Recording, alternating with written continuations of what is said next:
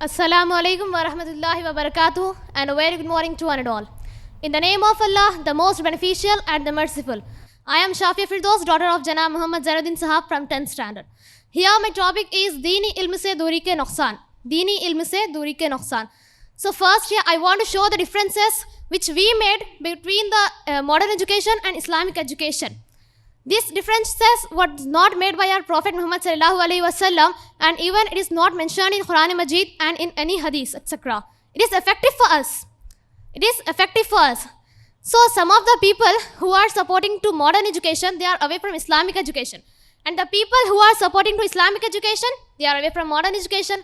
And here if I talk about our present scenario, then I can say that the education which we receive from schools, colleges and madaris, and especially the girls' education, that is only because their parents want that their daughter should get a perfect husband. And even the girls who are getting much degrees and much Islamic education, that is only because their parents want that their daughter should get a Islamic husband or rich husband. None other than this. And if I talk about boys' education, what they are doing? Just they want to go abroad, or else they want a new job. None other than this. So I want to show this. We can also use our education. We can also spread it to the people. So may people follow our sentences, inshallah. By this all, I am not saying to just get the Islamic education as well as your modern education, which is much important to live a life in this present situation of world. And at the time of wars, Allah subhanahu wa ta'ala has ordered to the Muslims that all the Muslims should not go to a single way of fight. But some of the Muslims should also have a way to achieve Islamic education, to protect our religion. And here if I talk about those homes who don't have any Islamic education, but still Allah subhanahu wa ta'ala has instructed to some of the girls, so they are listening some good lectures from YouTube and increasing their Islamic education, mashallah. If they can do, so we can do. If they can do this, so we also can do this. Now let's have some effects to move away from Islamic education. The first effect is a person even having the Islamic education, but he don't want to follow it and doing that shirk and sins. And at either side, the non-Muslims who don't have any Islamic education, they are interested. They are much interested and they are learning and following it. Alhamdulillah, they are getting much good deeds.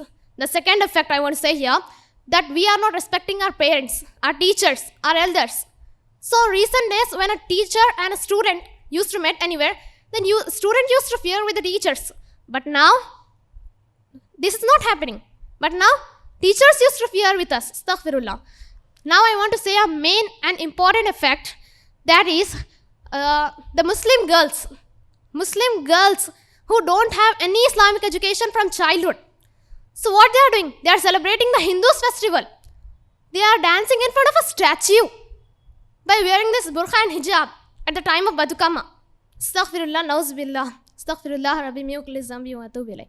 And the parents who don't have Islamic education, they are also celebrating Krishnashtami. That is also a festival of Hindus. They are also celebrating it by making their child as a Gopika or Krishna and sending them to schools.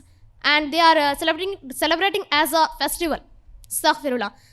And the day of judgment, Qayamat, our fifth question will not be raised that how much education we achieve. Allah will ask us how much we followed by our Islamic education.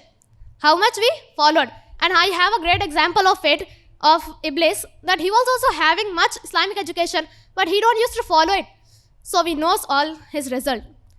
Following is more important than achieving it. इंसान की पहचान सिर्फ इल्म से नहीं अदब से होती है. इंसान की पहचान सिर्फ इल्म से नहीं अदब से होती है. इल्म तो इब्लिस के पास भी बहुत था, पर वो अमल से महरूम था. Now let us have a short story of Abu Hurairah radhiyallahu ta'ala anha. He was very poor. He was not having the clothes to wear. He was not having the food to eat. So he used to feel dizzy. And sometimes he used to fall down anywhere. And the people who are seeing him, they used to think, Arey, this man is got mad. Lekin wo pagal nahi thi. Abu Hurairah was not mad. That was his condition. But that too, he never stepped back to achieve the education, Islamic education. If they can do this, then why we can't? At last, I just want to request you all, please get more and more Islamic education as well as your modern education, and don't forget to follow our Islamic education. Thank you so much. Jazakallah.